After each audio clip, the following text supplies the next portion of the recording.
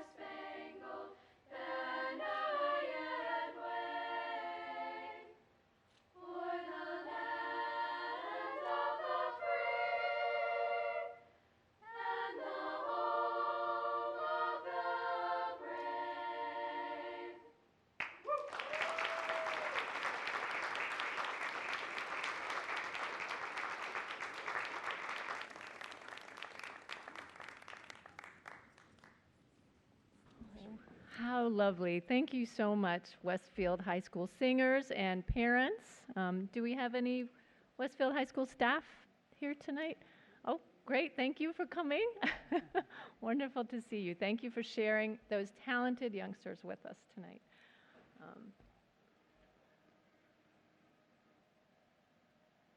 Sorry, 1 second.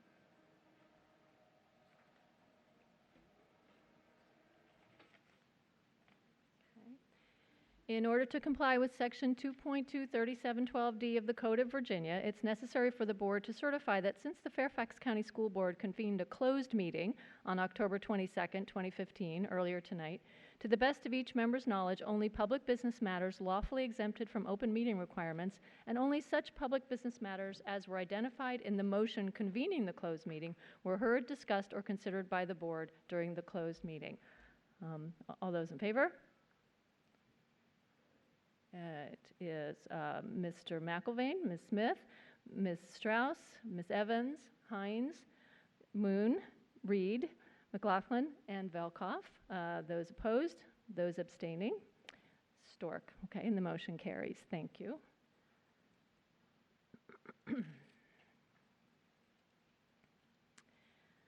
A few announcements before we begin tonight's meeting. If you would like to review a copy of the agenda and any agenda item that is being discussed tonight, that information is on the table by the auditorium entrance.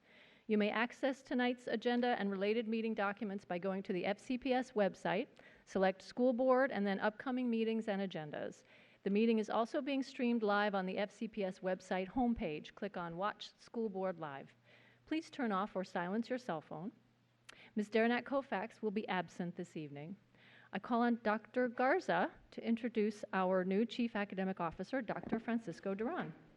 Thank you, Madam Chair, members of the board. I'm very delighted tonight to introduce to you our new Chief Academic Officer. We've been searching for just the right person for some time, and we're very delighted to have Dr. Francisco Duran join our team.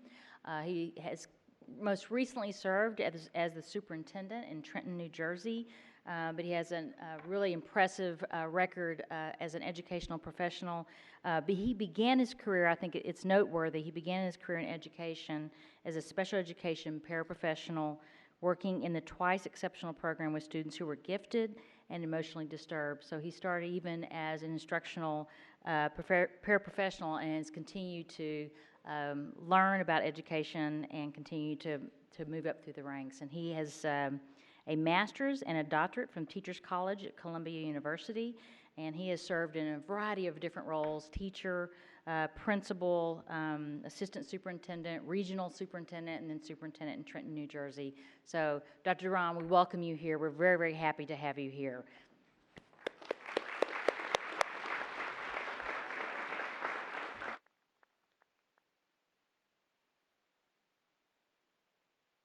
It's a pleasure. I'm very excited to be here, to be joining such an amazing team. This is my third day, so I've been learning quite a bit as I've been meeting with staff, I haven't had a chance to meet with school staff, but with central office staff, to really learn about the exciting work that's taking place, the strategic plan that's been put forth, adopted by the board, which really is one of the reasons that drew me to this district. So I'm really excited to roll up my sleeves, to partner with all of you, and to support the work of Dr. Garza. And I know that you've done amazing things in this district, and we will continue to do those amazing things so that every child who we serve receives their highest potential and is able to actually leave our system prepared for college and career and ready to take on whatever that they can take on. So thank you, Dr. Garza. Thank you, board members. And again, I'm excited to be here.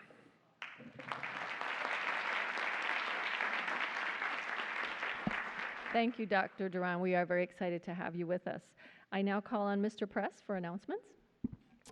Thank you, Madam Chair. I'd like to, before I begin reading the announcements, just say thank you to all the students who have come out tonight. It's so impressive, and we're so thankful that you could be with us.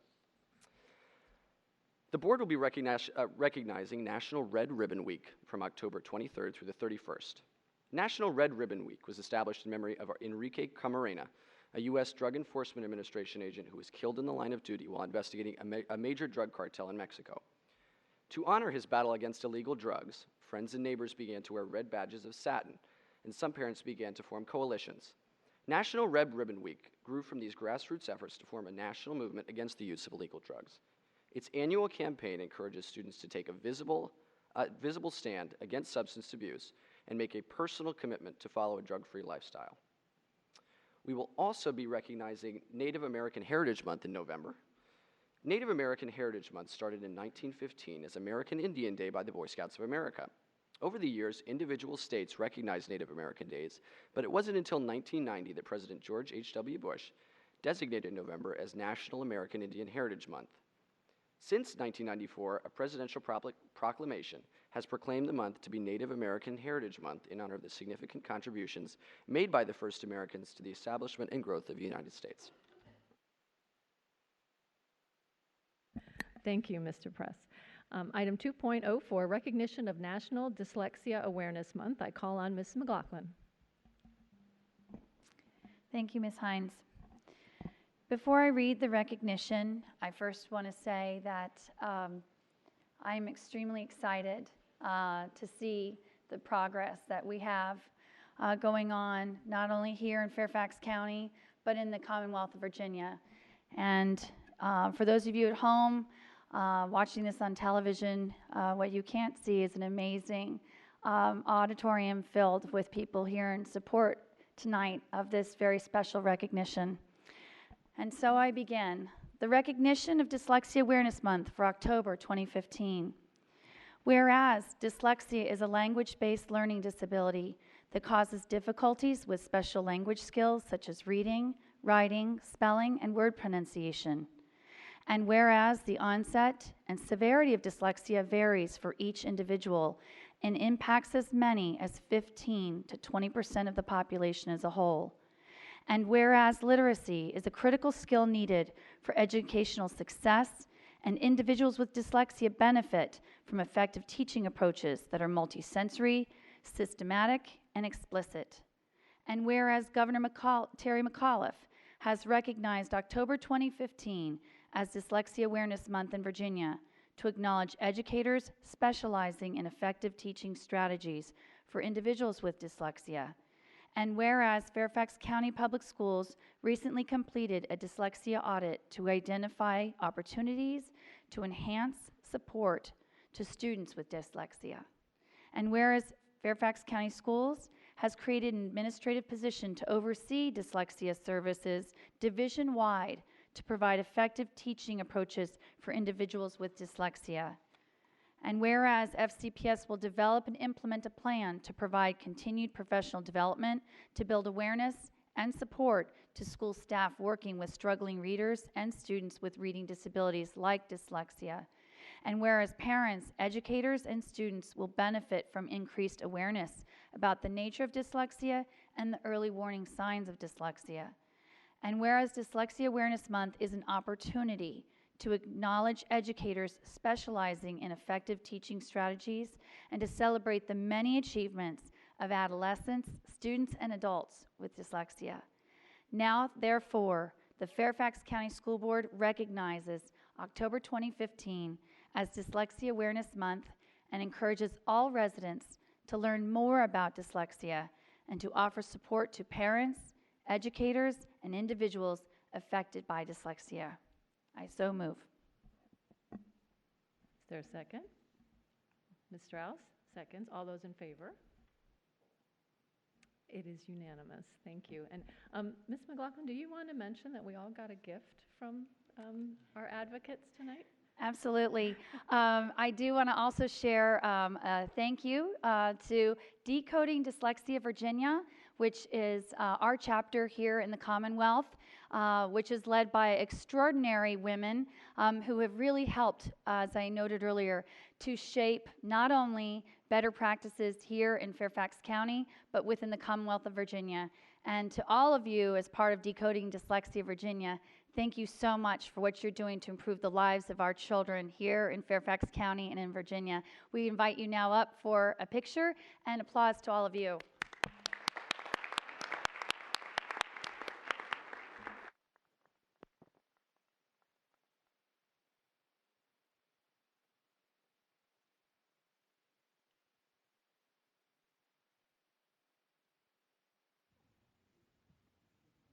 Truly, anyone who's here tonight, please come join us in the picture. We'll make room.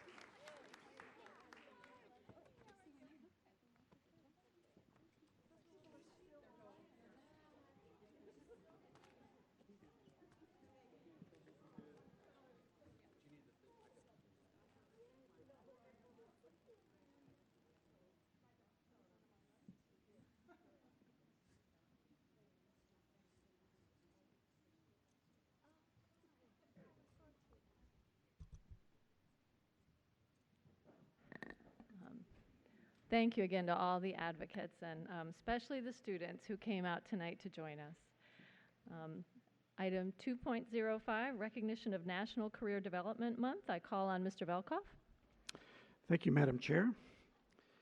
As Dr. Duran noted, one of our objectives is to prepare students for their careers, and so I'm happy to provide recognition of National Career Development Month.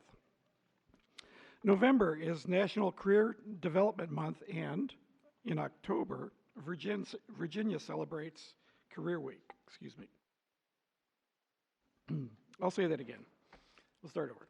November is National Career Development Month, and in October, Virginia celebrates Career Week.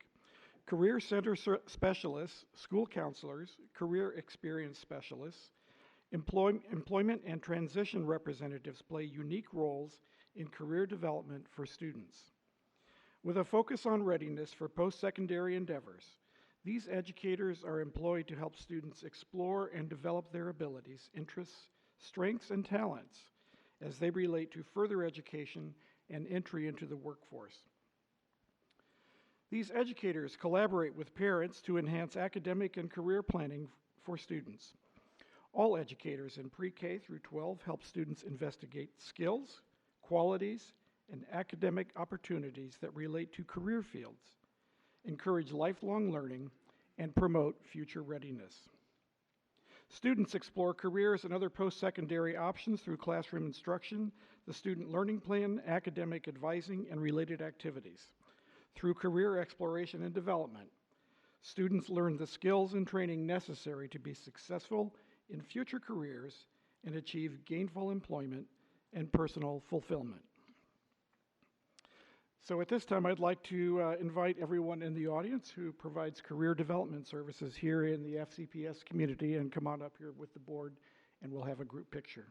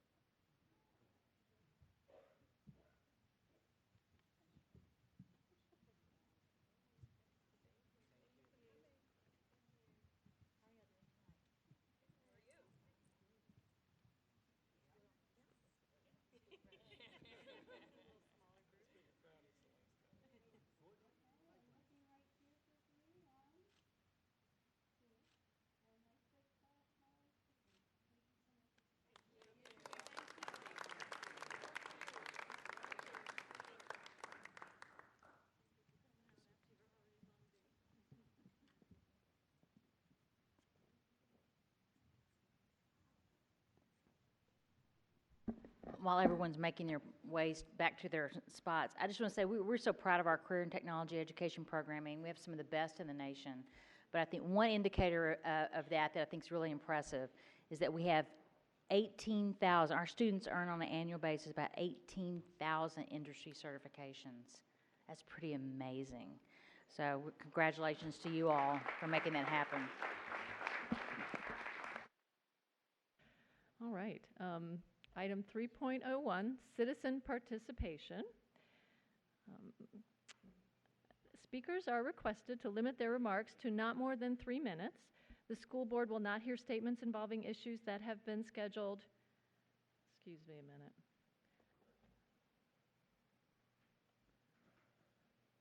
I apologize. 1 second.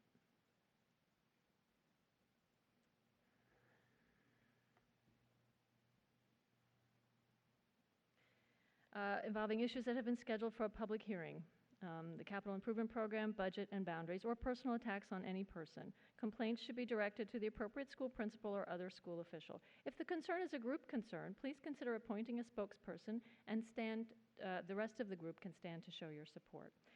Tonight we have 4 citizens signed up to speak. Our first speaker is Kate Hanley, and actually I should make a quick introduction to Ms. Hanley. Former school board member, former Board of Supervisors member, former chair of the Board of Supervisors, former Secretary of the Commonwealth, And now, That's too many formers, too many Madam I'm Chairman. sorry. Let's stop Now, office, Not electoral. quite that old. Right. Well, thank you for being here tonight. Very Well, much. thank you, Madam Chairman and members of the board, Dr. Garza. I am Kate Hanley, Secretary of the Electoral Board of Fairfax County, speaking to you tonight in support of opening school 2 hours later on March 1st, 2016, Presidential Primary Day in Virginia. As a former member of this school board, I recognize the importance of maximizing instructional time and the difficulties surrounding calendar adjustments. However, the March 1 presidential primary, Super Tuesday, presents several unique challenges. The whole thing is coming to town. The primary will be a dual-party primary. There will be both Democratic and a Republican primary on the same day in the same polling place. Both parties, as you may know, have multiple candidates. The March 1 primary, Super Tuesday, when 13 states will choose nominees, is very early in the 2016 season, so in all probability, the field will not have thinned substantially by that time. In addition, the requirements for filing have been relaxed from 4 years ago when several candidates did not meet the requirements to be on the ballot in the Republican primary. There wasn't a Democratic one. There'll be lots of interest in campaigns at the polling places as well as voter interest, not to mention national and international interest. Fairfax County is an easy location for visitors and the media based in Washington, D.C. To reach. Virginia is a swing state in the presidential election, and to win Virginia, one must win Fairfax County. There could be lots of action outside as well. The last time there was a dual primary was in 2008. The turnout for that day was 36%, larger than the 2011 November election when you all were elected, general elections when schools were closed. Of the 32% were closed, and that one was 32.2%, or the 2007 general election of 33%. These statistics are much higher than the regular June primaries, which are rarely countywide and dual-party primaries. Last June, only the Democrats had primaries in 2 magisterial districts. I'll let you read those things because I've got 45 seconds. Fairfax Schools has been a long-standing and extremely supportive partner. We couldn't do it without you. For our almost 700,000 registered voters, we have 241 polling places, 167 are in school facilities, 125 of those are elementary schools.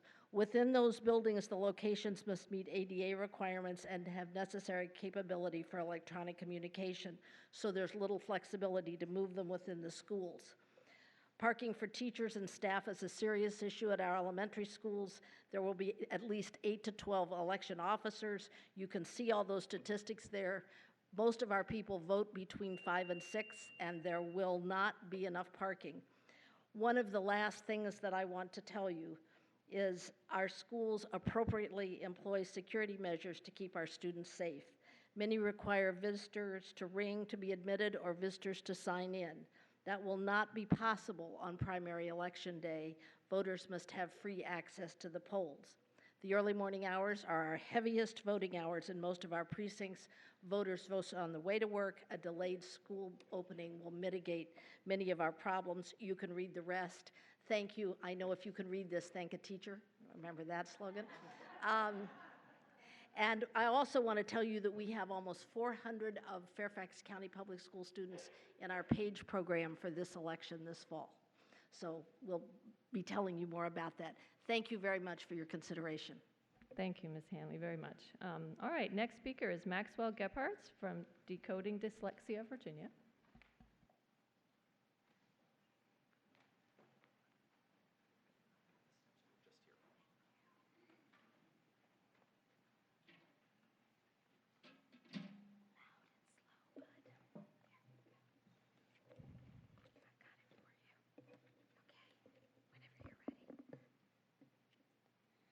Hi, my name is Max. I am 9 years old. I was a Fairfax County Public School student for 2 years before I left to go to Lab School, Washington, so I can learn how to read.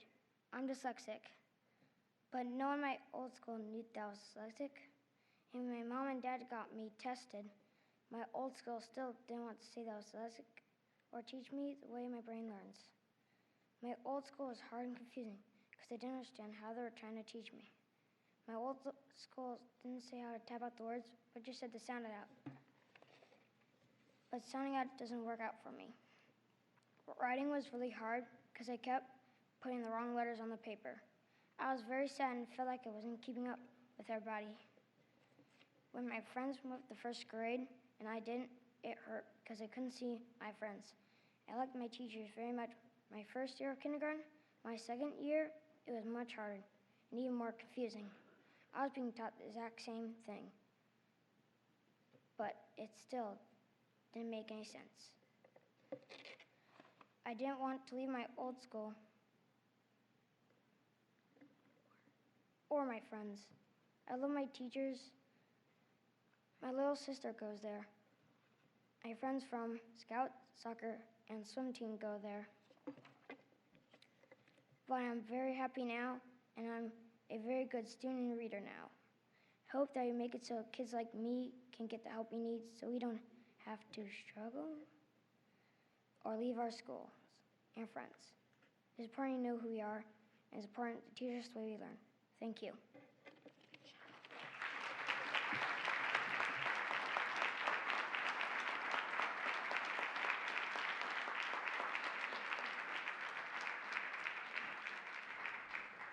Great job, Maxwell. Next is Calvin Rizek from Decoding Dyslexia, Virginia.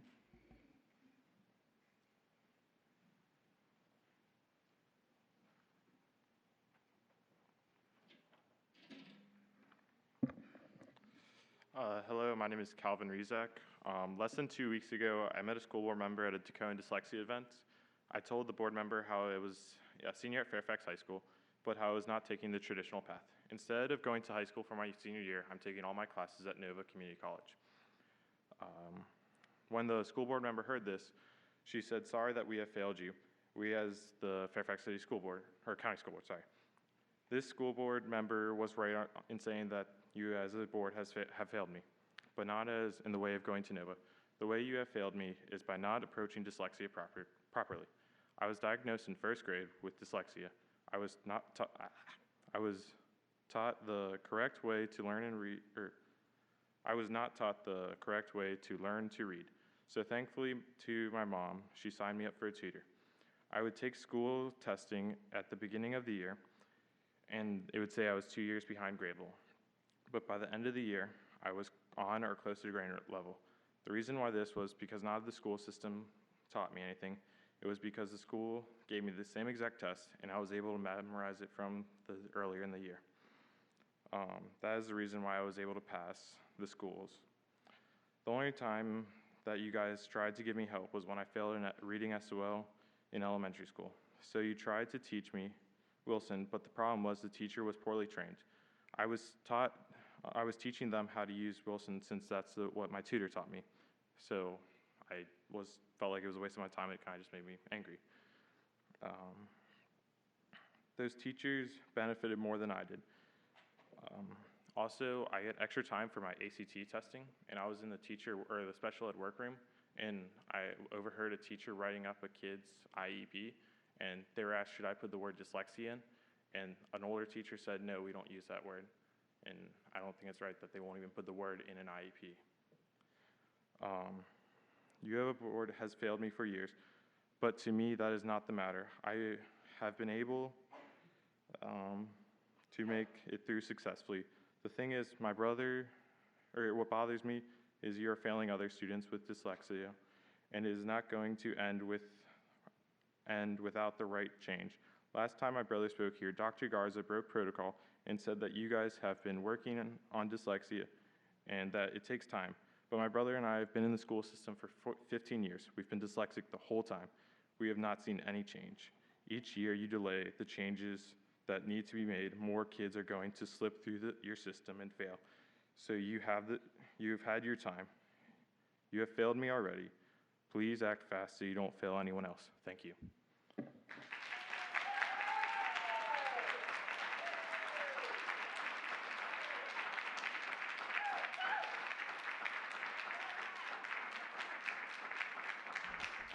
Thank you. Thank you, Calvin. Next is Meg Gorham with Decoding Dyslexia, Virginia.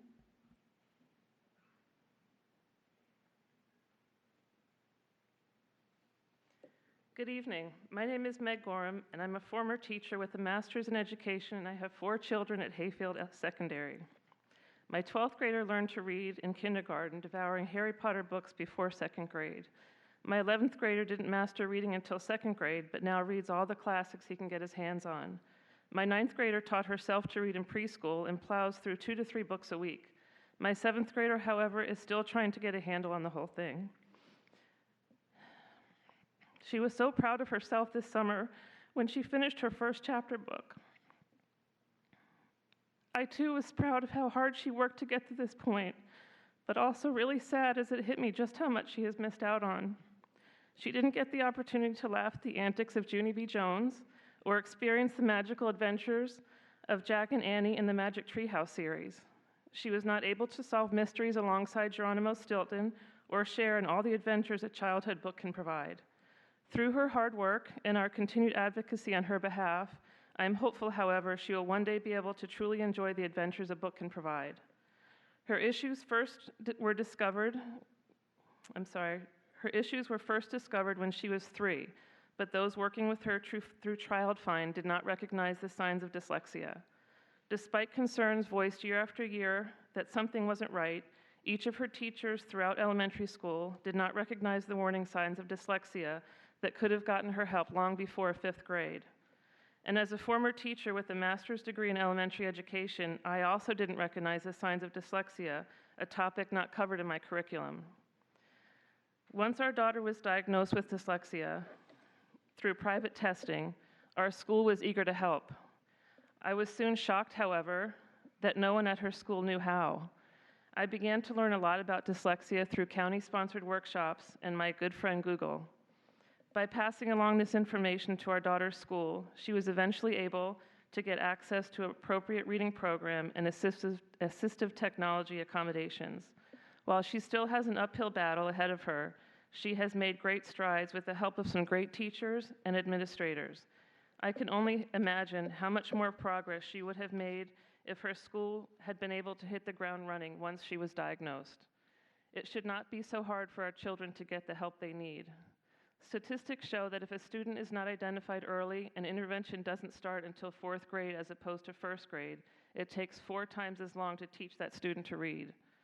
While it's very encouraging to see the county begin to take steps to develop a strong dyslexia program, this plan needs to be developed with urgency. I understand the need to be deliberate in this process, but our children with dyslexia can't afford to wait any longer.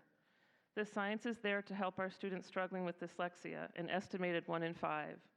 Please continue to take the necessary steps that will help each student in Fairfax County reach his or her full potential. Thank you.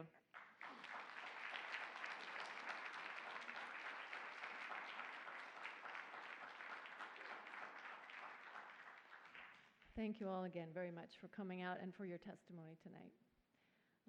Item 3.02, Student Representative Matters. I call on Mr. Press. Thank you, Madam Chair. I'd like to begin my remarks tonight by saying a warm thank you to the students and faculty of Woodson High School who made my visit to their school today so productive and so enjoyable. I was able to meet with their leadership class and student government to hear about some of the great work that they're doing. Their focus on mental health and wellness was particularly striking, and their student leaders set a great example for others across the county. Earlier this week, the Student Advisory Council convened its 2nd meeting at South County High School and conducted its annual officers' elections. I'm proud to announce the names of those officers here tonight. The president of the SAC for 2015-16 will be Junie So of Woodson High School. The vice president is Peter Skudlarek of West Potomac High School. And the group secretary is Ezra Thomas of Robinson Secondary School. In addition to the elections, the group took time to experiment with the FY17 budget tool, thanks to our wonderful budget team. The perspectives and original ideas that these students discussed were very, very thoughtful, and I appreciate them taking the time to investigate it. I look forward to incorporating those opinions into the budget task force work, which will be wrapping up here in the next couple of weeks, culminating in a board presentation on November 9th. Looking forward, this weekend I'll be attending the Emotion Revolution Summit with Dr. Mark Brackett at Yale University to receive some important data from his national survey on emotions and mental health. I'll also be speaking next Monday at the Fairfax County Council of PTA's Diversity Conference here at Luther Jackson, and look forward to visiting with leaders at Jeb Stuart High School later that week.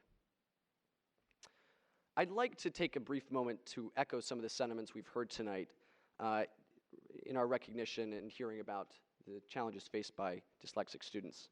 I've been so extremely impressed with the advocacy and feedback that I've received from students who suffer from this condition. As we saw here tonight, it was extremely, extremely powerful. And it's really opened my eyes to the learning difficulties that so many of our students face. Even back to our first meeting in July, these students gave up their precious summer vacation time to come and talk to us about what they thought was important. And that is so powerful. As we saw in our work session this past Monday, the board and staff are getting to work on this very, very important issue. And I want to reiterate my commitment to making sure that dyslexic students receive the services they need. We're on the right track. I'd also like to say that tonight, well, tomorrow really, marks a very important anniversary in FCPS. At right around this time, 364 days ago, the board voted to adopt the Blueprint for Change for later high school start times. In my opinion, this was one of the greatest accomplishments of this board. I was proud to support it then, and I'm proud to stand by it now. You invested in students' wellness, and the results are self-evident. We've all heard the powerful anecdotes from teachers and students and from the community about the change's benefits. Sure, we've had our fair share of logistical challenges, but the important thing to commend is this board's courage in taking the step after so many years, and I can't thank you enough. I hope that this board and leadership team will be able to bring that same passion to fighting another threat to student wellness: excessive workloads. I'd like to share with you a thought shared on that very evening by my good friend and former student representative, Harris Latif. Just as managing sleep is critical to maintaining healthfulness, so too is balancing workload and mitigating stress. In this culture of competitiveness, I find that too many students suffer for workloads that they cannot cope with. This is not a challenge that just affects certain regions. It's a nearly universal presence at the secondary level. While there's no silver bullet to solve this issue, I hope that we can bring this important dialogue to the board table. We owe it to our students to do the best that we can. Thank you. Thank you, Mr. Press. Great report as always. Item 3.03, Spotlight on Learning. I now call on Dr. Garza. Thank you, Madam Chair, members of the board. I know that it's a priority of ours to provide meaningful opportunities for our students to engage in the work that we have going on in our system, and the fact that we're one of the few school systems that have students sitting on the school board. Mr. Press, we're so glad to have you and the student voice represented right here as we make critical decisions about the school system. So supporting our students, providing a voice for our students, and certainly supporting student leadership has long been a priority of this school division. We have leadership classes that are electives in our high school, and various students apply to put this in their class offerings. It includes class officers, student government, delegates, to the Superintendent Student Advisory Council, as well as many other students who are interested in leadership in their school. And these groups of students provide important leadership around the work that's going on in their schools, but they also promote school spirit and community in a variety of ways and activities. I think in many ways they reflect what we're looking for in terms of a portrait of a graduate. So tonight it's really a pleasure for me to introduce our Spotlight for Learning, the title of which is Student Leadership Classes, Making a Difference in Our Students, Schools, and Community. And it gives me great pleasure to introduce Alice Riley, who's our K-12 Social Studies Coordinator in our Instructional Services Department, and who's taken a lead for many years in working with many of our student leadership activities, and Demby Banbury, who's the student leadership teacher at Centerville High School. Thank you, Ms. Riley. Thank you. Good evening. Ms. Banbury could not be here tonight because she's with her girls' field hockey team who won on Tuesday, therefore they had to play tonight. Tonight's Spotlight on Learning highlights the leadership classes in Fairfax County Public Schools, as Dr. Garza mentioned. The leadership class is an elective option offered in our high schools and open to all students. American society requires that students be informed and active participants in every aspect of their lives. In recognition of that role, the development of effective leadership skills is a key component. Our leadership classes provide an environment for high school students to practice the skills inherent in leadership. The goals of the leadership course are to develop an awareness of each student's own leadership potential, assist in the development of leadership skills that enable them to act responsibly in all aspects of their lives, develop citizens who possess the skills to meet the present and future challenges in our society, and provide students with opportunities to learn and practice those skills within a learning community. Students in this class develop a range of skills reflected in the portrait of a graduate, including critical thinking, problem solving, collaboration, communication, advocacy, agility, adaptability, and initiative, among others. The course is developed around different strands. Leadership is a process rather than an event. Effective leadership requires the ability to combine knowledge of self and others to advance goals. Effective leaders use personal skills that can be acquired by all students, and through service projects for both their school community as well as the community at large, leadership students practice and develop these skills. Before we go to the video, please think about this quote from John Quincy Adams, which encapsulates the vision for this class. If your actions inspire others to dream more, learn more, do more, and become more, you are a leader. So let's learn more about these classes through the video. Please roll the video. South County Leadership is a program with an emphasis on students coming together to improve our school and community as a whole. The main point of leadership is to foster an attitude of creativity, collaboration, and focus among our students, and to connect them to our community as a whole. Through leadership, we hope to gain the skills to become responsible citizens and also to help those around us as best we can. We're also all required to have 20 hours of community service, and leadership also hosts events for our community. My goal for our leadership class is to provide a continuous and consistent leadership that empowers our students to lead successfully in the school and the community by empowering and creating an environment of trust and respect amongst our students. The needs of our community and our school provide the direction of planning and implementing programs here at South County. All of our projects and ideas are student-driven and provide the students an opportunity to give back to the community as well as to grow as leaders. The leadership class here at Centerville teaches students how to lead effectively using the broad focuses of public speaking, community service, and things like critical thinking and problem solving. We incorporate something called project-based learning. So it's all hands-on, it's all project-based, it's amazing. So we're given an event, we have to analyze, execute, and plan all the skills that we need for the future and a job. We do that here through project-based learning. They'll come to me and say, hey, can we do a book drive? I'd say, great, that's wonderful. These are the steps, A, B, C, D, and E. How are we going to do it? Or I like to say FIO, figure it out. We have what's called the 7 survival skills. I really think that critical thinking is an important one. We shouldn't just be memorizing information, but being able to apply it to our lives and being able to use information to get us farther in life. I think something this class has taught me that I'll end up using in the future is the ability to solve problems without getting stressed about it. It really teaches you how to be adaptable and always ready for whatever life throws our way. Whether you're a freshman, sophomore, junior, or senior, you are a leader. You are a role model for the rest of the school community and outside the school community. I firmly believe that everybody has leadership ability in here.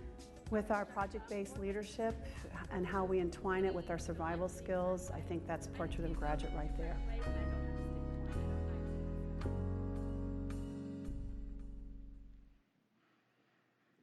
As you can see, students in leadership classes promote school community through school spirit and service projects within those communities. Things such as a crayon drive for the children's unit at Inova, sports equipment to send to youth in Africa, and setting up tutoring programs with nearby elementary schools. These leadership classes are promoting the attributes of the Portrait of a Graduate and are indeed making a difference in the lives of individual students, their schools, and their communities at large. Thank you. Right, thank you so much, Ms. Riley. That's wonderful work. My favorite thing to do is to visit the leadership classes and get to see what they're doing and talk to the students. Best thing about being a school board member, I think. So I think we have some comments, starting with Mr. Press. Just to kind of piggyback on that, I get to do that every day, and that's why my job is the greatest job in the world, I think. Thank you, Ms. Riley. Ms. Riley is also, putting on another hat, one of our SAC sponsors, so she's really dedicated to the well-being of the students of FCPS, and I couldn't thank her enough for her service. What I wanted to say on the leadership classes, though, is these are the students that make high school happen.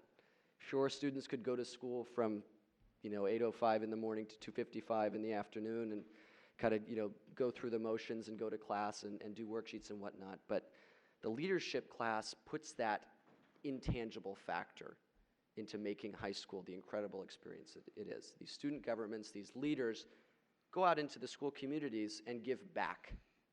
And what's incredible about these programs is it's not the lecture-style learning that a leadership class, just looking at the name, might imply. These are students who are getting hands-on, real-life experience and going back and using those skills to make a difference. And that is why I think it is one of the greatest examples of what project-based learning can do. And it really is building those, we've kind of talked a lot about the portrait of a graduate. It's building those leaders who are going to lead our communities tomorrow, and I think it's an absolutely incredible program. So thank you for recognizing it tonight. Thank you. Ms. Strauss?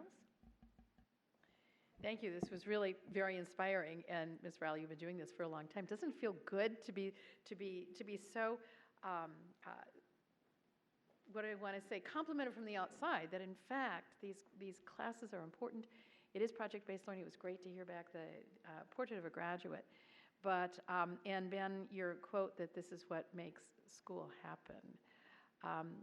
We have figured out that these classes really are important, and I'm so glad that we've been able to maintain them over time. And I think to increase the rigor so that the kids are really doing important work for the school, and the fact that anybody interested can take the class. Because so often in a high school, you have to run for office, which is hard. And at 14, you're not sure you want to do that yet. And yet in this class, students can learn to be leaders, they can learn to contribute, and can learn how to have that courage if they choose to take that. So this is wonderful. We get a grade of A. Doesn't that feel nice? Thank you. Thank you for doing this all these years, because you've developed this program. Thank you. One of the things we have at the Student Advisory Committee is open mic, and that's where the kids from different schools will share some of the activities from the leadership classes. And there is a lot of good things going on, and this is just an opportunity to really highlight those wonderful activities. So I'm appreciative of that. Great, thank you. Other board members? Ms. McLaughlin? Like Ms. Hines, I've very much enjoyed the interaction, meeting with the leadership classes in my district.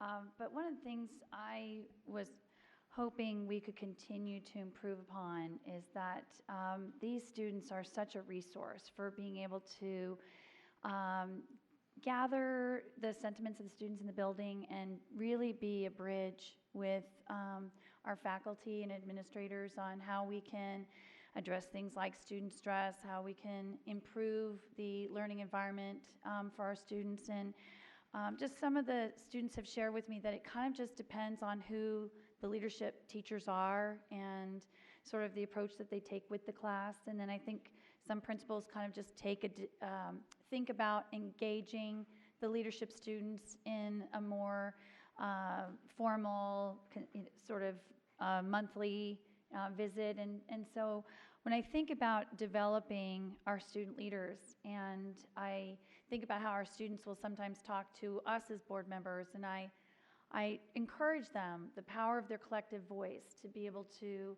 really have those partnerships with their faculty, with their administration, that it's not about coming and talking to us, but it's being able to really help the very people in the building who are dedicated to their education. And it's just a matter of giving them a framework, perhaps. And so I was just thinking that this is wonderful hearing about this tonight, but I hope as we look at ways to continue to enrich and really capitalize on what those leadership classes are, they're just an incredible way to really get the student voice up front and really hear what their experience is. Because sometimes as parents, we feel like they come home and tell us, and then we get the moniker of helicopter parents. And honestly, as high school parents, a lot of times we'd really love to have our children have that direct relationship and dialogue. So just wanted to share that thinking with my colleagues and Dr. Garza, but without a doubt, I'm so pleased we have a school system that offers the leadership class, and I think it's vital to our students going out and becoming the future leaders that we see in our colleges and beyond. Thank you. Ms. Evans?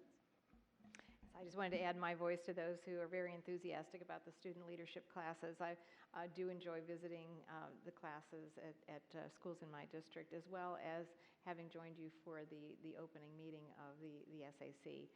The students, it's wonderful to see the kind of energy and enthusiasm that the students bring. They're ready to tackle the big issues, and they're also ready to tell us what's really on their mind on a day-to-day basis. So it's a great way to connect with students and to have them bring us what's important to them. So Ms. Riley, thank you so much for everything that you have done. I know that you must find this a great joy. I can see it every time I talk with you about these classes and about the SAC. So thank you so much for all that you have done for them. Okay, yes, and thank you so much for all that you do and for sharing with us tonight. Thank you. Item 4.01, confirmation of action taken in closed meeting. This is the portion of the meeting where the board will confirm any action regarding issues that were discussed in the closed meeting earlier this evening. These issues may include action taken regarding student disciplinary matters. Board members have discussed each individual case, and at this time will make several motions to confirm the recommended action. I call on Ms. Strauss.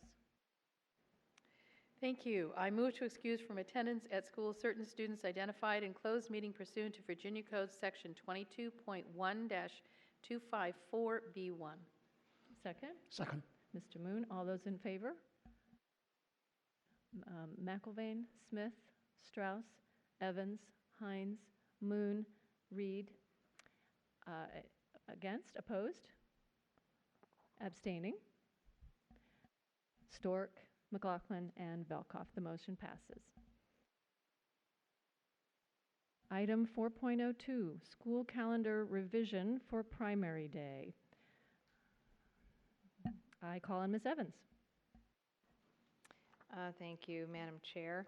I move that the school board approve the following option related to the 2015-16 school year calendar. Add the March 1st, 2016 2-hour delay resulting in a 12.7-day buffer instead of a 13-day buffer designed or designated for possible inclement weather or other closings. Okay, second? Second. Mr. McIlvain, any discussion? I'm sorry. The maker of the motion would like to speak to it. I apologize. All right. Just very briefly, I want to thank Mrs. Hanley for coming out and talking with us about this. This was a request by the Board of Elections that FCPS delay the start of school for 2 hours on March 1st because of the expected unusual amount of voter turnout to deal with traffic issues, parking issues at the very beginning of the day. This, for anyone who's watching and wondering what this 12.7 versus 13-day, right now the way our hours are scheduled and the days are scheduled, we do incorporate a 13-day buffer. So if we don't have more than 13 snow days or closings for other reasons, we're okay. So by this act, we are reducing that to a 12.7 day as our buffer for this year. So I believe that Dr. Garza, did you want to speak to this? I believe you wanted to talk about, we had some people who had recommended that we take the entire day off, and there's reasons why we can't do that. We have to have 180 days in our calendar. So that's why we are sticking with one of the reasons why we're sticking with a 2-hour delay. We did have a discussion of the different options that are available to us. Have no delay, have a 2-hour delay. So I do support this motion and hope my colleagues will as well. Dr. Garza, did you want to answer that? Yes, I believe Ms. Evans covered it, but we have had individuals say, well, why don't you just cancel school for the day? We have to have a calendar that represents 180 student days, and so in order for us to take the entire day, we would have to either add a day of school at the end of the school year or switch a holiday, and since it's the adopted calendar for the current school year, I think we're reticent to do that. Once we have an inclement weather day, the state allows us to revert then to starting to count the 990 hours. So that's why our calendar must reflect 180 days, and so we're really unable to take the full day. Thank you. Mr. McElvain, did you want to speak to your second? Nothing further other than we have heard the community who came out, particularly Stratford Landing was one that we heard several comments from, but obviously because of these reasons we can't support that. Okay, and Ms. McLaughlin? Yes, I just wanted to make my colleagues aware. I'm not sure if any of you received any email communication on this, but I did have someone from Braddock District reach out to me, and regrettably, the individual was very displeased and basically felt that this was now going to impose on his own annual leave because of the impact it has on waiting to get his children into school, and basically felt that this had something to do with the Fairfax County School Board wanting to promote large voter turnout. And so I did forward the email to Dr. Garza's staff so they could answer what is an operational question in terms of what it means to and the impact it has on our schools. But I did think it was really important because this has absolutely nothing to do with politics at all, and I'm very appreciative of Ms. Hanley coming out tonight and speaking so well to the issue so that those in the public who are trying to understand why we might do this, there is better clarity there. But I did want to sort of just give a heads up to my colleagues in case you get these types of emails, but it was one of those challenges where trying to help our public understand that we're, again, acting in the best interest of the community, realizing that sometimes it does impact our families and their work. But with 190,000 students, we have to do the best we can to serve a community of 1.1 million people as well. May I add to that? Ms. Hanley spoke to this, and I think it's an important point that most of these polling sites, over 120-something, are in our elementary schools. And I've visited a number of our elementary schools on Election Day, and our schools do a very good job of trying to protect parking space, for voters during that day. But as you all know, we have very limited parking at all of our elementary sites, and so to have additional, individuals trying to get to schools to vote. So certainly we're trying to accommodate voters so that they can get to the polling sites. But there's always a struggle, and we work as hard as we can. I know our faculty, our staff, our principals, our team at the central office work very closely with the elections office. We have agreements in place, and I think we're really strong partners on this issue. But it's always a little uncomfortable. We all have to be patient and work together, but because of the sheer volume that we anticipate that day. Mr. Stork? Thank you. Just a couple things I want to mention. One is I think anything the school board can do to encourage people to vote is, I think, always a positive, good, and I welcome that association. And if somebody thinks of something else in the community that we can do to encourage people to turn out to vote, I think that's what we should be about. I think this particular issue is a little bit more challenging because some schools have much higher voter turnout than other schools, and that's frankly the situation at Stratford Landing. I know it's one of the highest turnout schools in the county, and it is a situation that I'm hopeful there may be a solution that would, I think, improve things all the way around, which is to move the voting, which is currently in the cafeteria, to the gymnasium, which would allow direct access from the parking lot. There's a direct external access to the school, which would allow you to keep the school a little bit more secure, as well as give voters an opportunity to vote and frankly, go a little bit easier. The room is as large as the cafeteria, et cetera. So There are some other schools in our area that do that have the voting in the gymnasium versus the cafeteria. So, Dr. Garza, I know I mentioned it to you. I'm not really looking for a response, but I am looking to see if we can pursue that. And if I should do something personally, I'm happy to do that. Or if there's something the school side can do, really for a number of situations. But this school in particular has truly such a high voter turnout that I think it would make a difference for the community and the school to have a different location within the school to hold the voting. On a couple of notes, you know, ordinarily on primary day, we typically have school in accordance with normal hours. I think the point that's been made here is the fact that both primaries are being held on the very same day in anticipation of large volumes. I think that does make it unique. You'll note when we start developing next year's calendar, we'll take into consideration, as I'm assuming that on Election Day, November, since it's a presidential election, you know, we'll certainly take that in consideration as we develop next year's calendar. With regard to moving designated sites within buildings, I'm very happy to look into individual circumstances. I know we have agreements about certain locations, and so, but we're very happy to look into that and see what can be done. We're certainly, if it's a specific school, just let us know and we can look into it. There's at least one or two, I think, where it could be beneficial, and some others that may be easily done and would kind of add a further element of security and frankly, convenience for the voters. Thank you. Ms. Strauss?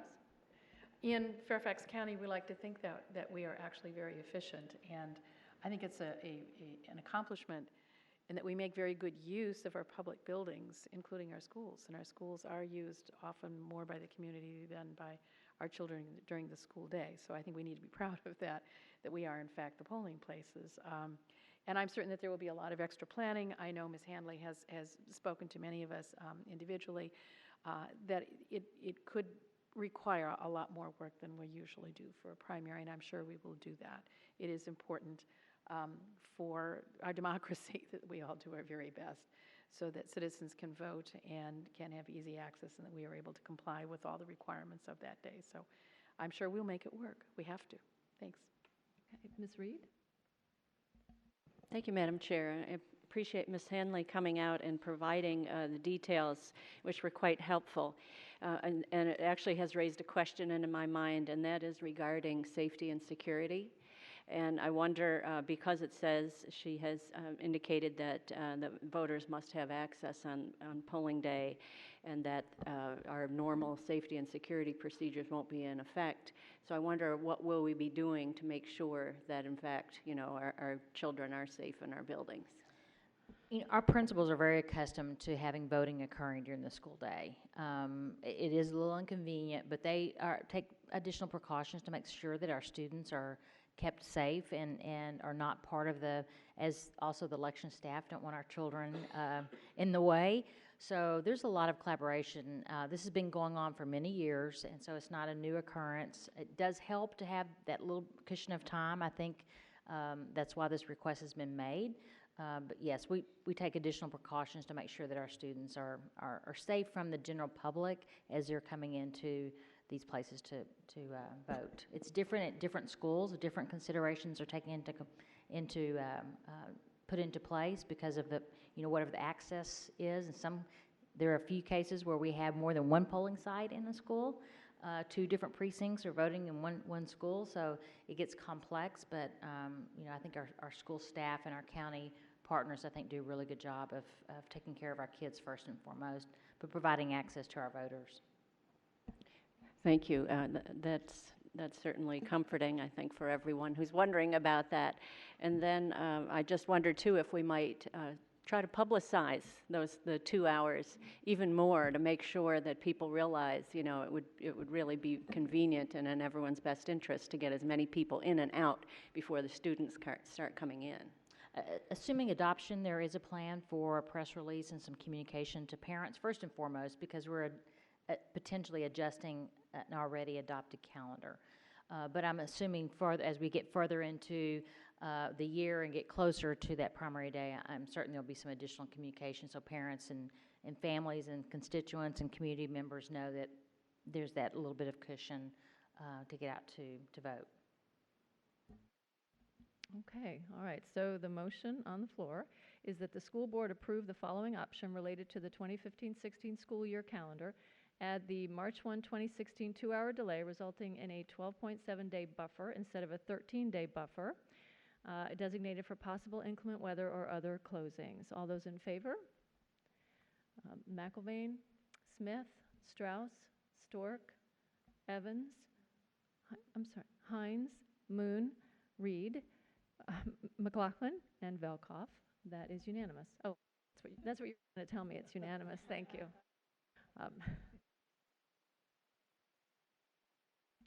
Okay, next 4.03, Audit Committee appointments. I call on Mrs. Strauss. Before I offer the motion, there needs to be a slight date correction because the date of today is October 22nd, and these appointments are as of today. So I don't think we need to amend the motion, but just to acknowledge that today is October 22nd, not October 1st. With pleasure, I offer the motion. I move that the school board approve the recommendation of the Audit Committee to appoint Mr. Ned Holland to serve a term from October 22nd, 2015 through June 30th, 2017, and Mr. Greg Cohen to serve a term from October 22nd, 2015 through June 3rd, 2016 as citizen members of the Audit Committee. Do I have a second? Second. Mr. Stork. Ms. Strauss, would you like to speak? I'm just very pleased that we have come to this point. It has taken us some time to expand both our audit committee and now to invite our citizens. So I thank the members of the audit committee. We did have an opportunity to do some interviewing to make sure that we were offering this opportunity to folks that would be bring certain expertise to the committee, and I'm confident that this will be an interesting and enriching step forward.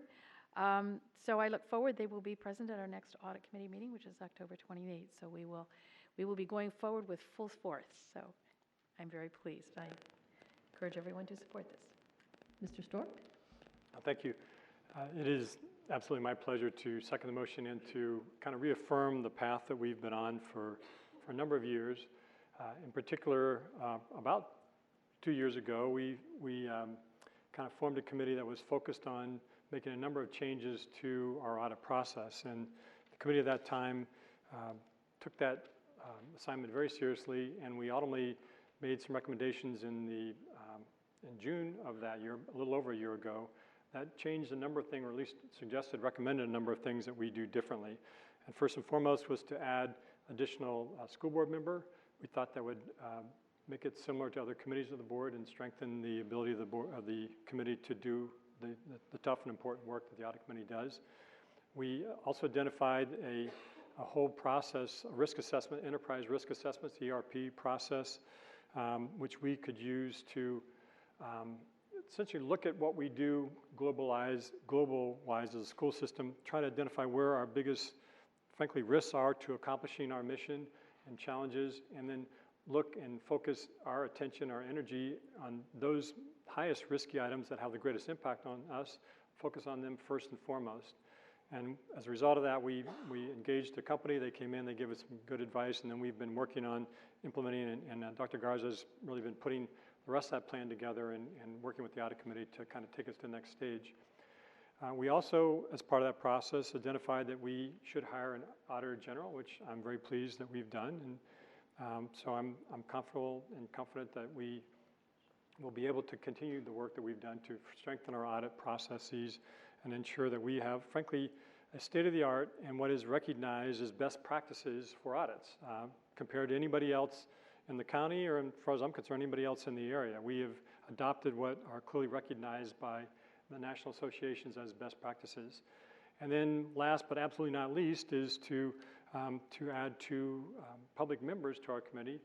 We recognize as school board members we have some skills, but our skills may lie in different areas. I happen to be a business person and entrepreneur. I'm not an educator. We have some committee members who are educators and others who are attorneys, and others who have been involved with college admissions, et cetera. So there's a lot of different skills, but we don't necessarily have the skills to, on a kind of a deep audit process, or what we may want in terms of looking at enterprise risk management or other kinds of things. So these public positions, these individuals who have frankly stood up and said, I want to make a difference, and I have a lot of skills that I think can add to that. And we took a look at, frankly, the tens of applications that we got for this, and we picked, I think, 2 outstanding individuals. There were clearly some others that were excellent as well, and regrettably, we didn't have enough positions to appoint everybody who I thought was highly qualified, but what we have, I think, will serve us very, very well. I know this is a new process. I recognize that we're going to probably have a few bumps in the road as we go forward, but I think the most important thing is that we have taken a step as a board over the last 4 years that truly, make some dramatic changes in how we do our audits and what we do with our audits and how we're going to, frankly, make it a more comprehensive process. So I'm very proud of what this board is getting ready to do and very proud of what the audit committee has done over the last many years. And I think we will serving our public very well with the quality of this work and, frankly, what we're getting ready to approve tonight. Thank you. Okay, Ms. McLaughlin? I won't even attempt to try and add much after what Mr. Stork has shared. I have had the pleasure of serving alongside of him on the audit committee, and I'm very excited about what we're about to vote on. And just want to share with my colleagues as well that not only did we have a wonderful pool of applicants, but the 2 individuals who will be joining us on the audit committee have exceptional skills and work-life experience and really will help enrich the important work that we're going to be doing. So I not only want to express my appreciation to my colleagues for recognizing what a great step this is in strengthening our audit committee, but I also really want to publicly express my appreciation to Dr. Garza. It is such a pleasure as a board member to serve with a superintendent such as you who has so embraced this board's desire to strengthen its independent audit work, and you have really helped lead and facilitate the progress that this board has made in its journey on this, and it's appreciated. Really, not every superintendent has that perspective, and I think your work experience in Houston and having seen what an IG can do to strengthen a school system, and most importantly, to help the public feel that we have that function, speaks to the confidence you have in your leadership, your administration, and I believe it's going to help strengthen the public's confidence and relationship with this school system. So thank you to that. And again, I'm very excited about the community members. We live in a county of 1.1 million people, and the talent that exists within Fairfax County, we're now getting to tap into it. Mr. Moon? Well, thank you, Madam Chair. I am very happy to be, supporting this motion. That there were, as Mr. Storer pointed out, that there were many qualified applicants who applied to serve as a community members. But the audit committee was seeking the best match of the skill sets, not only between two community members, but also with a sitting audit committee members as well. And that the fact that we could not appoint everyone to serve as a committee members on the audit committee. I hope that those who apply does not take that as a slight, but I thank everyone who has applied to serve. Okay, Ms. Smith?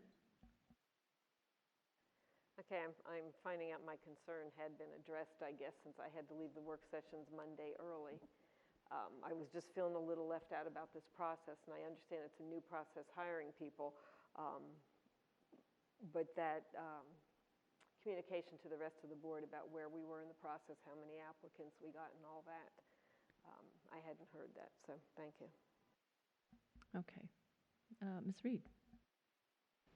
Again, I won't echo what my colleagues have said, but this is monumental, really. It has been a process for a long time coming, and we bit by bit have been adding to our credibility, to our transparency, and to the trust of the community by these steps that we have taken. This last step here tonight, adding 2 citizens to the audit committee, brings more independence. It brings a little bit more objectivity, I think, to the table. And also, I think it parallels what the Board of Supervisors have done. And so in some ways, I'm hoping we'll get a little credit from them about our practices in that regard also. So between this move and the Auditor General, I'm hopeful that we can claim some credit where credit is due. Congratulations to everybody involved in making all of these changes happen. Okay, there are no more comments. The motion on the floor, as amended by the maker, is that the school board approve the recommendation of the audit committee to appoint Mr. Ned Holland to serve a term from October 22nd, 2015 through June 30, 2017, and Mr. Greg Cohen to serve a term from October 22nd, 2015 through June 30th, 2016 as citizen members of the audit committee. All those in favor? It is unanimous. Thank you. Item 5.01. Our adopted rules of parliamentary procedure, Robert's Rules, provide for a consent agenda listing several items for approval of the board by a single motion. Many items listed have gone through board review and documentation has been provided to all board members and the public in advance. Items may be removed from the consent agenda at the request of any board member prior to the meeting. 5.02, adopt the newly revised 2015 Fairfax County Purchasing Resolution. 5.01, approve the minutes of the October 8 regular school board meeting. 5.02, adopt the newly revised 2015 Fairfax County Purchasing Resolution previously adopted by the Board of Supervisors, subject to the conditions detailed in the agenda item. 5.03, pass the resolution not to elect using an employer-sponsored hybrid 403B plan. 5.04, confirm the separations for the period beginning September 1, 2015 and ending September 30, 2015 as detailed in the agenda item. 5.05, confirm appointments and separations for the period beginning July 1, 2015 and ending September 30, 2015 as detailed in the agenda item. 5.06, appoint individuals to serve on committees as detailed in the agenda item. Is there any objection to approving the consent agenda? Hearing and seeing no objection, the consent agenda is approved.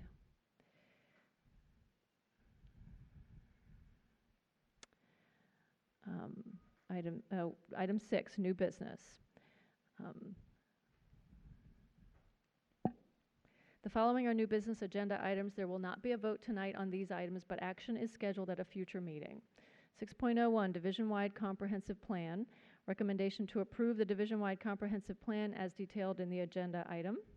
6.02, secondary course offerings.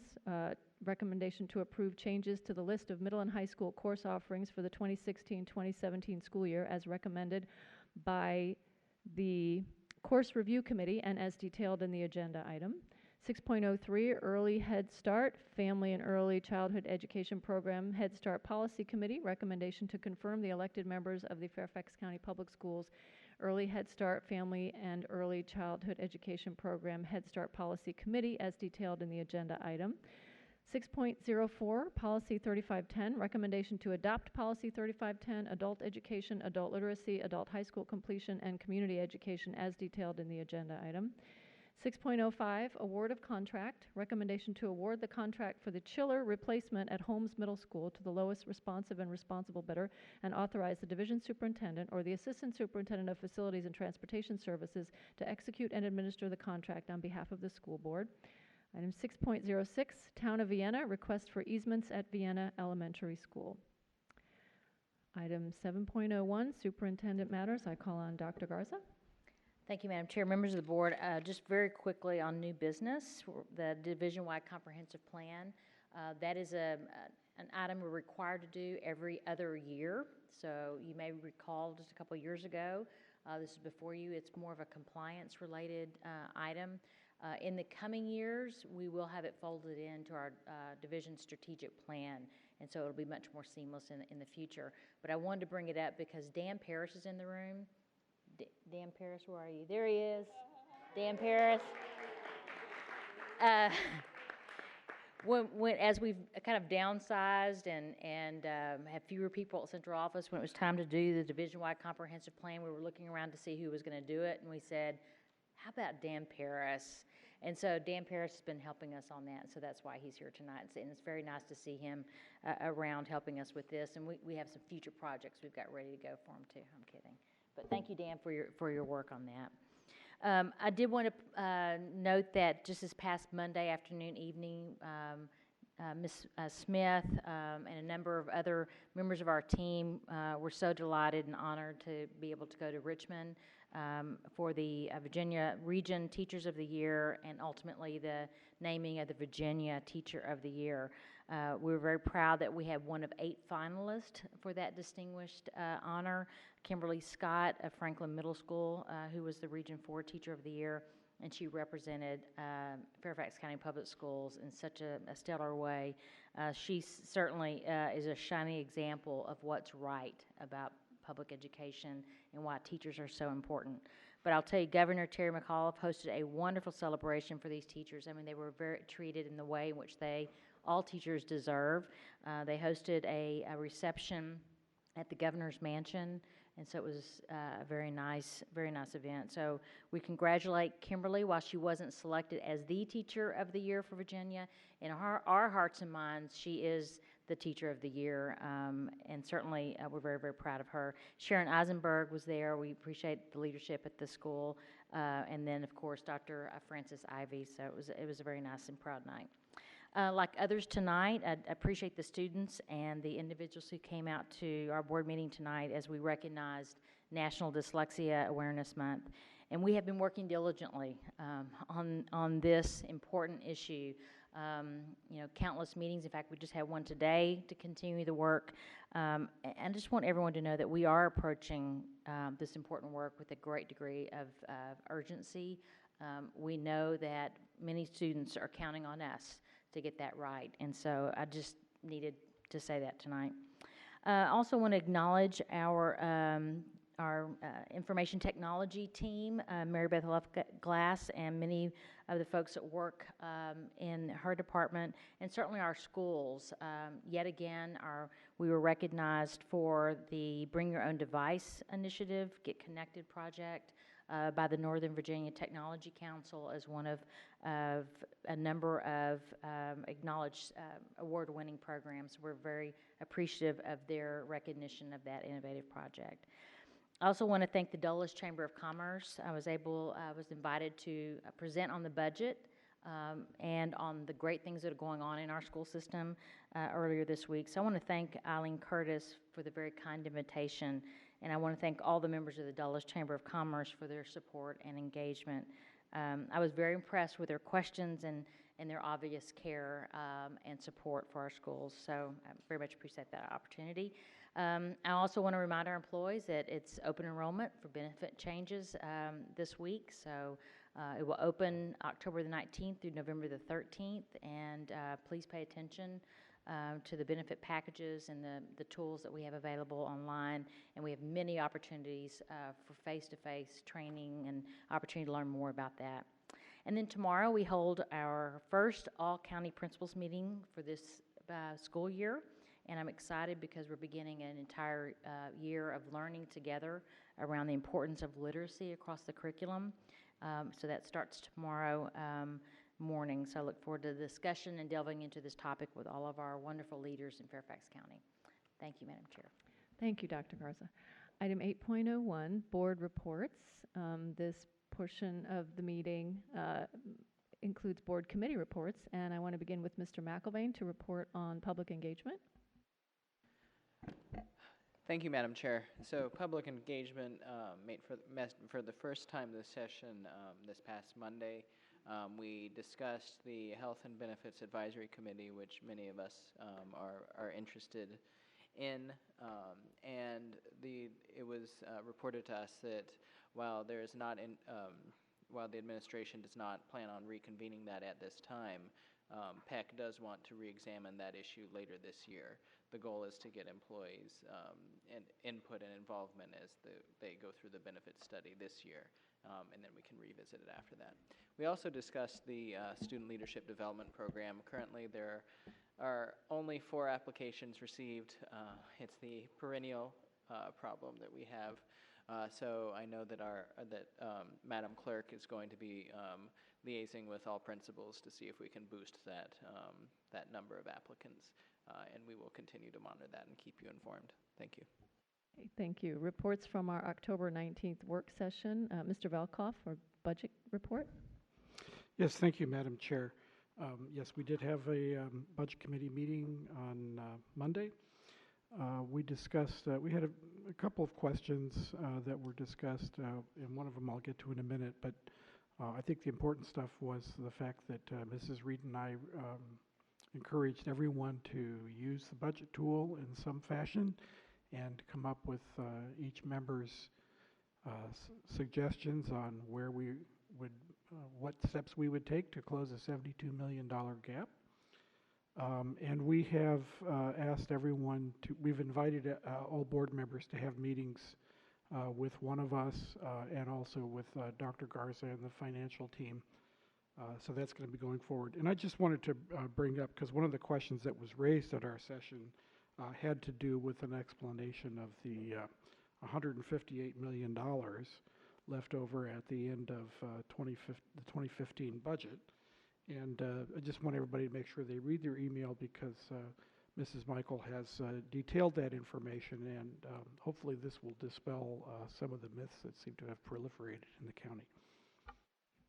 Thank you, Mr. Velkoff. Report on the Audit Committee from Ms. Strauss. Thank you. We received a program evaluation report on our reading program, elementary reading program. The actual audit was done by Marjorie Lipsum, who did the overall literacy piece, and the dyslexic audit was done by Deborah Reed. A presentation of the entire reports were given. Then there was a response from staff as to how we will make changes in our program, and we heard some of the outcome of it today. So thank you very much. I think it was well received, and it was very interesting. And I must say again, Dr. Garza, I think we're all very excited at the changes and the emphasis on literacy. We should see some very positive results. So thank you for your leadership. We also discussed at our October 19 work session the superintendent's priorities for 2015-2016. This is a conversation that the board had at our summer retreat in July, and because we did not have the kind of attendance that we were hoping for by board members at that retreat, we brought it up again at our work session on October 19th, and the board approved the following superintendent's priorities for the superintendent for this school year: to implement the strategic plan, to implement strategies for effectively responding to fiscal challenges by integrating board and community input, and to strategically manage and communicate major system changes. I call on Mr. Stork for a report on instruction. Well, thank you, Madam Chair. We had actually 3 items that Ms. Schultz and I were the meeting managers, and the first item was school accreditation. We had a report about, frankly, where we are, and I know we're still waiting some final results, but we have a sense of at least the SOL results in general, and we know that we've reduced the number of schools which have been accredited with warning, although there's now a new terminology that's going to be released shortly, but the bottom line is we head in the right direction. We have almost half as many schools as we had before. Additionally, we closed achievement gaps in a couple different key areas, and overall our results continue to exceed the state results and the federal, and similar kind of federal results, but state results in particular by a wide margin. In our area, we are very competitive with surrounding school districts. The ones that are closest to us either have far less poverty and far less English speakers of other language, factors that typically make it more difficult for students to be successful, at least initially, and require more resources to do well, or they spend about $5,500 more per student than we do. So I'd be happy to get a few more dollars, and I think we could clearly make and have some better outcomes. But the number one thing is that the SOLs have been, the standard that the states have been, Virginia's been approving over the years has consistently increased. At least for our school system, we've consistently had more challenged students in the past, in some cases almost 50% more needy kids than about 10 years ago. And we spend actually less money than we spent 10 years ago. So we're doing very well with what we have to work with, but it is a challenge, and that's part of what we are seeing in the SOL results. One of those key, I think, issues that's helped us was the next presentation that we have, which is on Project Momentum. It focuses on intensive or particular targeted schools, and then there's all the rest of the schools combined. And in intensive and targeted, we have different levels of support that we provide to those schools. And the outcome, frankly, was that the support resulted in some phenomenal results. Particularly was pleased with how we closed the gap in a number of areas. That's a function of how we leveled the poverty as well as increased its impact or lessened its impact on academic performance for students. We had 6 out of our year 2 schools that were accredited with warning previously, now are fully accredited. That's a phenomenal result. 9 out of the 15 missed just 3 of what they call the annual measurable objectives, which is the federal standard, just by 3 or fewer AMOs, which is also a wonderful result when you consider that they have 7 of them that they have to meet. And then 2 out of our 6 focus schools exited focus status altogether, which also is a positive. And finally, 5 out of the 6 focus schools eliminated gap points, meaning that we reduced the achievement gap between typically white and Asian students and African American and or Hispanic students, and those gaps lessened, which we know is been a major objective of this school system for decades. And we made progress during the middle part of the last decade, and the state changed the test design, and it kind of held us back for a couple of years, but now we're starting to see that pick up again, and I think we're going to continue to see that gap close, because I know Dr. Garza, you and your staff are deeply committed to that, and greatly appreciate that. The last item that we spoke about was something called client communications.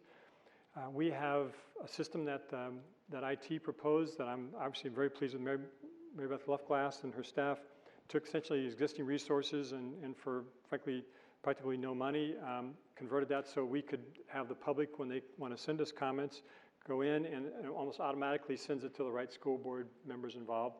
We get it and it comes right into our client communication system, and it can be, frankly, far more easily managed and responded to more quickly, and plus, and for us as school board members, we can track it.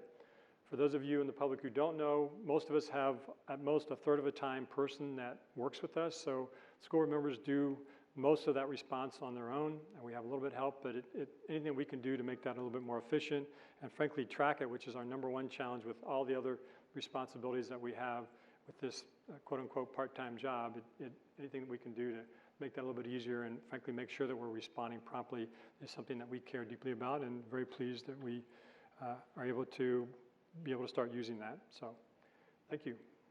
Thank you, Mr. Stork. That was a meaty summary. That was helpful. Okay, item 9.01, board matters, during which board members may make brief comments. Let's start with Mr. McElwain. Pass. Okay, Ms. Smith. I'm going to talk for a change. I was at Centerville Elementary School for a really exciting event. They have a global STEAM classroom initiative with students in 3 different classrooms in Costa Rica. And so I was there, and they had the distance learning all set up, and they had the ambassador of Costa Rica speak to the kids. He was so impressive. It's just so exciting. And then the kids did little presentations, so they told the kids in Costa Rica about their class and what their class liked and what they were doing. So I think it's going to be an exciting project. Now, their school years are different. They'll be going on summer vacation soon, but when the Costa Rican kids come back, they'll go back to the project. So there's really great things happening in our schools that we don't hear about that much, but kudos to all the people at Centerville Elementary School that pulled that together and the staff that helped them. Thank you. Ms. Strauss?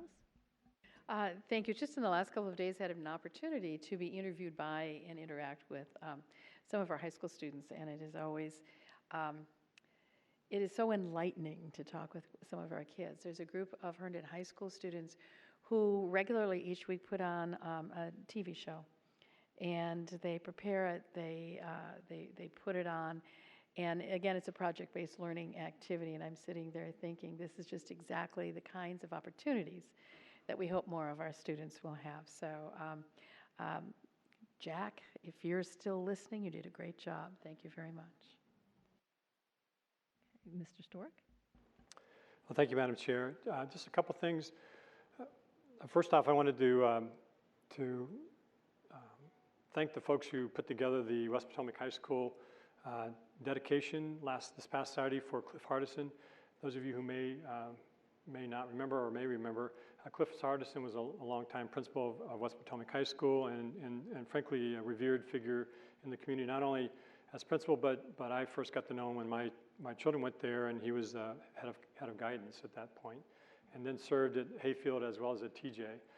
He died, frankly, suddenly, and the dedication was something that the board had agreed to do, which was to dedicate the academy at West Potomac High School in his honor. We have a health care academy there that's a governor's school, and it's a way of kind of recognizing and honoring him for his long-time commitment. His family was there, and Scott Searlevell, the current delegate, gave, frankly, a wonderful kind of history lesson on the merging of, if you will, of West Potomac. He was in the first complete graduating class, and talked a lot about some of the school names and some of the kind of sillier, more older kind of stories that helped to make community rich and have us all enjoy it. And we had several students there who talked about what they were doing and frankly doing very well. I also wanted to identify that I had office hours a couple weeks ago and had a number of people come. There's still lots of questions and concerns. Mostly there are, I think, more general issues about transportation and about upcoming budget issues. Those are probably the core things that seem to be resonating with folks. And the budget issues are ones that we're all very familiar with and just concerned about what it will mean if the funding isn't there. And we recognize right now that the potential deficit for next year is $70-some million. And just as part of their own personal review, they didn't see how we could get to that number, given what with the online budget tool. It really helps folks become more understanding and knowledgeable about how truly difficult that task is, especially without cutting class size or freezing salaries or something else that frankly is anathema to most of us, and I know it is to me personally. And then last but not least, we had original Mount Vernon High School Task Force. Original Mount Vernon High School, or Old Mount Vernon High School, is located on Richmond Highway. It served as high school it was the second high school in Fairfax County and served for many, many years until the new high school was built around the mid-'70s.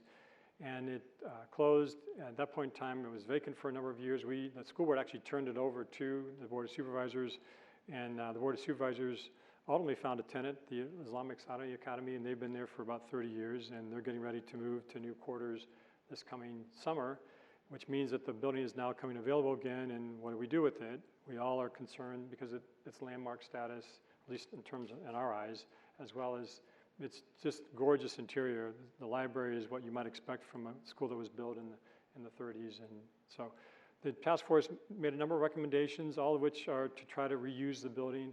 The key parts of that are educationally focused, but there are some other options that support that. The building is so large, 150 or 60,000 square feet, so it will take a number of different uses, but we are clearly hoping that the schools will be a partner in some of that process, and getting Northern Virginia Community College there, or having dual enrollment classes, or even looking to some of the kind of internships and other kind of work-study arrangements. I think all are part of the Head Start classes. Clearly there's lots of different options, and we look forward to all of us kind of engaging and figuring out how we can best utilize this wonderful facility. Thank you. Thank you. Ms. Evans? Yes, this is a very sorrowful item that I'm going to talk about now. The Annandale High School community is grieving the tragic death of a 2014 graduate, Mark Slough, who was a sophomore, 19-year-old sophomore at Virginia Tech, who died in a tragic bicycle accident 2 weeks ago. The Annandale High School community is an amazing community which came out in force last Saturday. Hundreds and hundreds of people went into the gymnasium to honor Mark Slough's memory. They turned around very quickly, and I thank you to Principal Tim Thomas for making that possible, as well as many, many volunteers from Annandale High School. Many came out in cyan blue, which we were told was Mark's favorite color. It was a very moving ceremony filled with videos, very funny videos that reminded us of a poignant reminder of what a funny, talented, unique, and kind young person Mark Slough was. His, many of us know his mother, Emily Slough, who was an ardent advocate for Annandale High School and served as PTSA president there as well. She and her husband Steve and daughter Sarah, Mark's older sister, were there, showed tremendous strength in speaking about Mark that night, or that afternoon. And I just wanted to read one thing that they said. The Slough family would like to thank you all for being here to weep, to share hugs, and to laugh with us as we remember Mark. As you return to your lives, may they be long and joyful. We pray you will take with you and share what Mark brought to the world: light, joy, a little quirkiness, and a determination to treat others with kindness. And they left us with this thought: time is precious. So our thoughts and our hearts go out to the entire Slough family. Mr. Moon?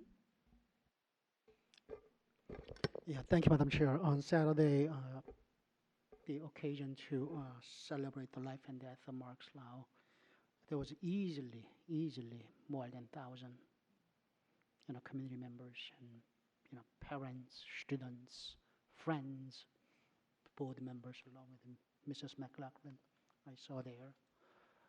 Mr. McLaughlin and I had, for a couple of years, an opportunity to actually watch and listen to Mark's performance and singing at the Broadway Desserts, an event sponsored by Annandale High School. Such a talented young man, so hard to lose anyone like that. Earlier that evening at one that Mr. Stork mentioned, the dedication at the West Potomac High School in honor of Cliff Hardison. I think there were several other school board members as well. Mr. McAlpin was there, I was there, Mr. Anna Colfax was there, Mr. Velkoff was also there. I remember that. Mr. McAlpin and I have been busy going places together. I guess we must be representing the entire county as a large board members. We are on October 14th, we are at FATE celebration. FATE stands for Foundation for Applied Technical Education, and we have heard reports that this program has been growing every year, still growing, which is good. And October 19th, Mr. McAlpin and I, once again, were together at Oakton High School watching volleyball matches between Oakton High School girls team and then Robinson to raise money to support breast cancer research. Thank you, Madam Chair. Mrs. Reed? Thank you, Madam Chair. This coming Saturday is National Make a Difference Day and Providence Volunteer Fest, and I encourage members of the community to come out. There's a number of efforts underway across Providence District, including the Troop Treats project, where we will assemble packages for the soldiers, including the thousands of letters that our Providence District students have written, including this year in Spanish as well. So I encourage you, it's a wonderful community activity to come out to the Lee Community Center 10 to noon on Saturday. I attended the I-66 outside the Beltway meeting this week. That is impacting Providence District, particularly around the Stenwood Elementary School and the Dunn-Loring community. If you're not involved or paying attention, please take a look at what's going on there and what's being proposed, and make sure that you are an informed citizen. We, on our side of the house, are working to make sure that we minimize the impact to the Stenwood property itself. Also, the Vienna Halloween Parade is coming up this coming Wednesday, the 28th, and I will be there, and I would guess that Miss Hines will be there also. And last but certainly not least, please come to the Providence District Budget Town Hall that will be held here at Luther Jackson Middle School a week from today, Thursday the 29th, from 7 to 9 p.m. in the cafeteria. And Dr. Garza will be joining me for that.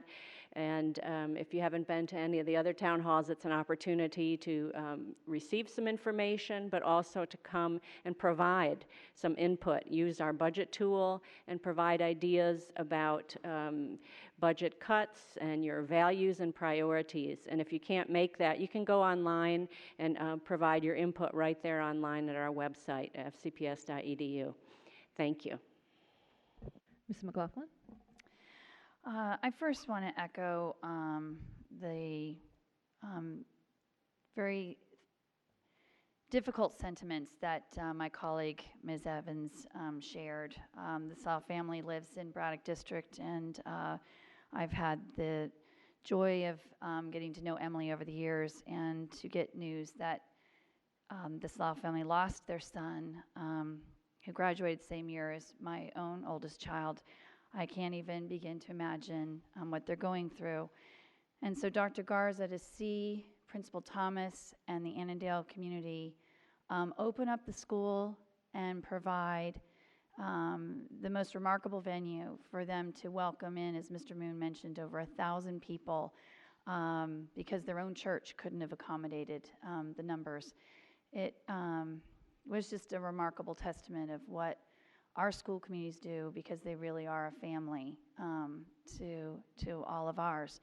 So it was appreciated, but I would just ask everyone to please keep the Annandale community in your hearts and prayers, along with the Slough family. Mark was larger than life and impacted so many, not just the students, but the parents who knew him. And it's always difficult, especially to lose someone so young. And parents, hug your kids extra hard. On a different note, I do want to also share publicly, Dr. Garza, that I very much appreciate our CFO, Kristen Michael. She did a wonderful job last night for me, coming to the Braddock District, and we did the budget town hall.